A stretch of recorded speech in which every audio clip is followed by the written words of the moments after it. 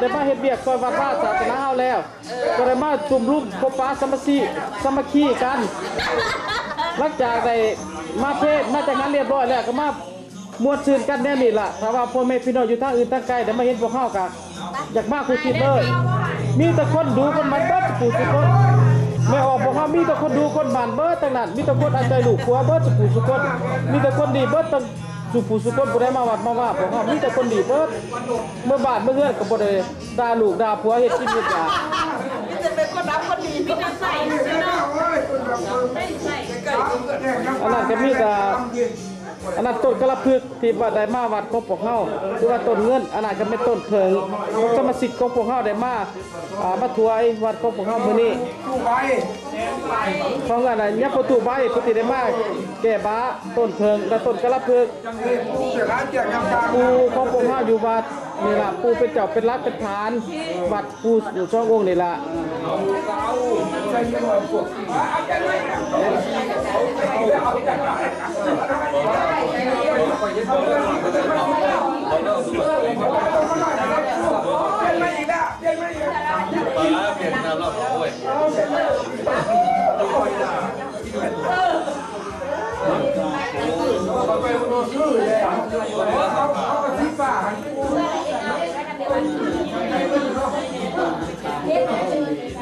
อันผู้ที่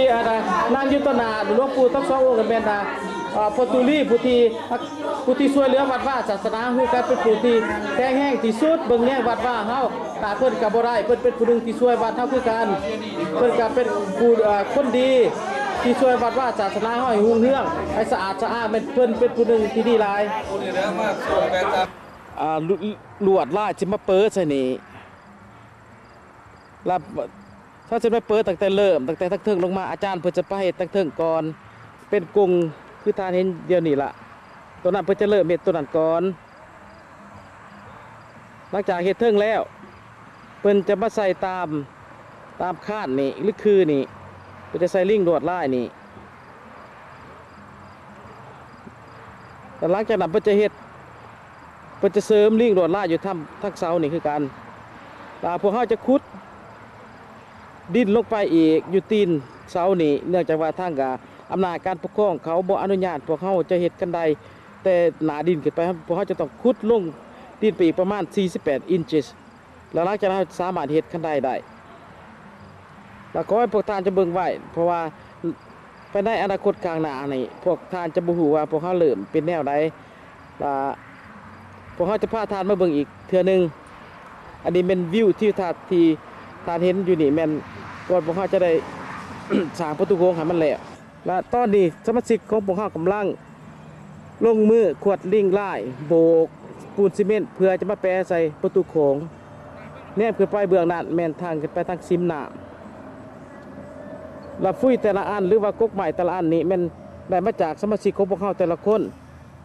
ที่ได้บริจาคต้นละ$20และจะพาทานไปเบิ่งตัวอย่างที่ว่าผู้ใดเดินลงทุนซื้อแน่ตัวอย่างต้นไม้ต้นนี้เนาะคือทานนั่นนรงค์ธรรมวงศาเพื่อได้ออกบริจาคเงินซื้อต้นไม้ต้นนี้จำนวน$20แต่ละต้นราคา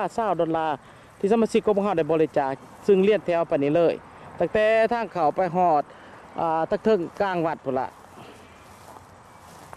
ต้นนี้คือของทานเวิร์นศรีหราช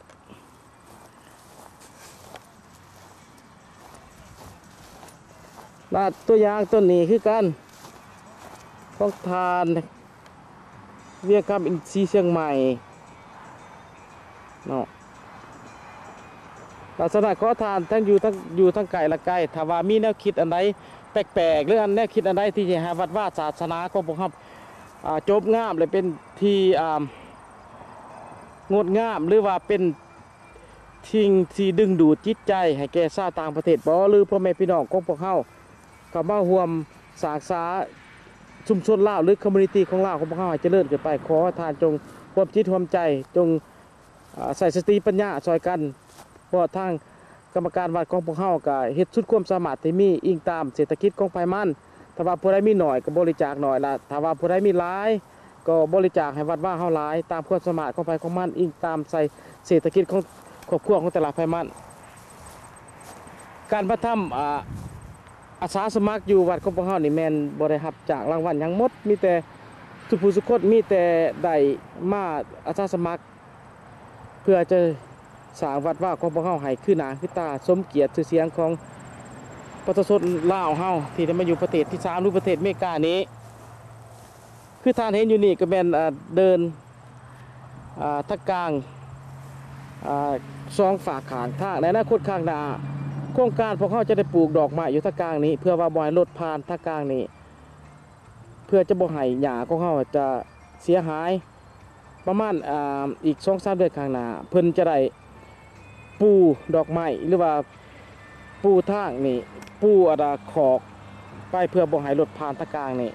คือท่านเห็นอยู่นี่ก็เป็นการริเริ่มของพวกเขาละ ใช่หลายเด้อคือว่าการสร้างน้ำทำบุญการสร้างประตูโค้งเฮาสุดนี่มันเอามกเอาใจทุกผู้ทุกคนนั่นมันอาจารย์ใหญ่ผู้เป็นดีไซน์เฮ็ดแต่ละอันมันคนอาจารย์กี้แก้วเป็นสร้างมาหลายวัดหลายว่าแล้วมานี่เพิ่นมาอยู่บิงคำตันเพิ่นก็พาสร้างประตูโค้งไง เอาซีเมนต์มาจับนี่เบิ่ง แล้วมันมีเป็นหลอกงามเลย อาจารย์เวทีเพิ่นดูป้าเห็นป้าทำ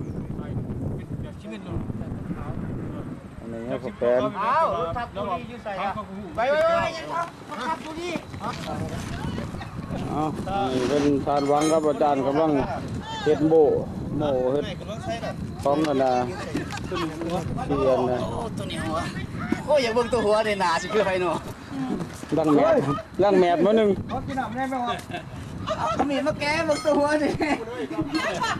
อย่าคือเมียโตแล้วนี่ ว่า ดังแมบเพื่อกันเลย นั่งสีดาได้บ่แม่นนั่งลินดาได้ นั่งดีเด้อคุณเขาจะรอหน้าต้น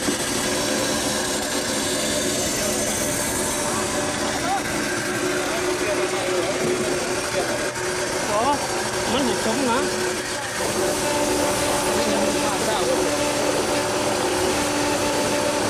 ใส่น้ำน้ำเลย ได้หนักเลย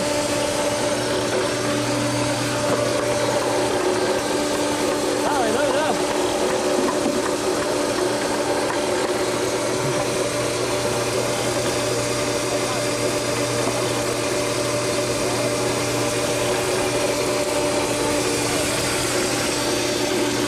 กำลังแก้ลวดลายสร้างแก้ลวดลายอันนะ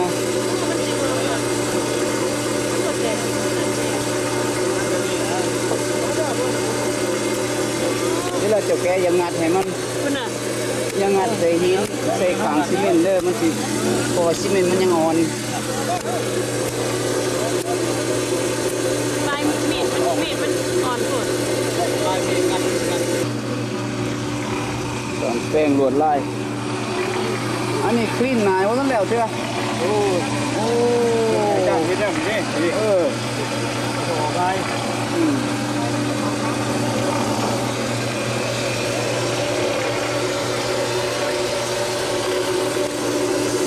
พวกแม่ทหารกำลังแกะ บอกซื้อในตี้จะทำคนบนจักซื้อพวกข่อยคุณน้ำเนาะอันนี้นะกับปูน ต้องใส่น้ำสกุลเด้อเด้อ กีฬา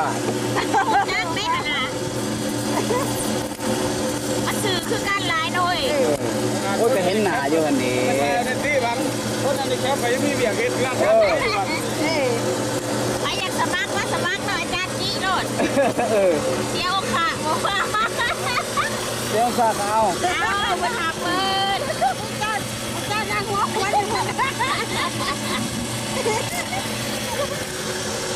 เดี๋ยวขาซาซางของพวกหมอมาใหม่ๆก็จะเห็นขา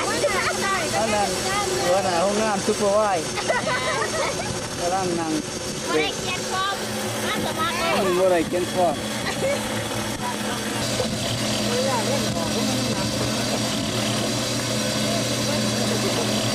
เอ๊อะไรอ่ะ โอ้ยป้ายสวยน้อยหนึ่ง เอามาตูมใส่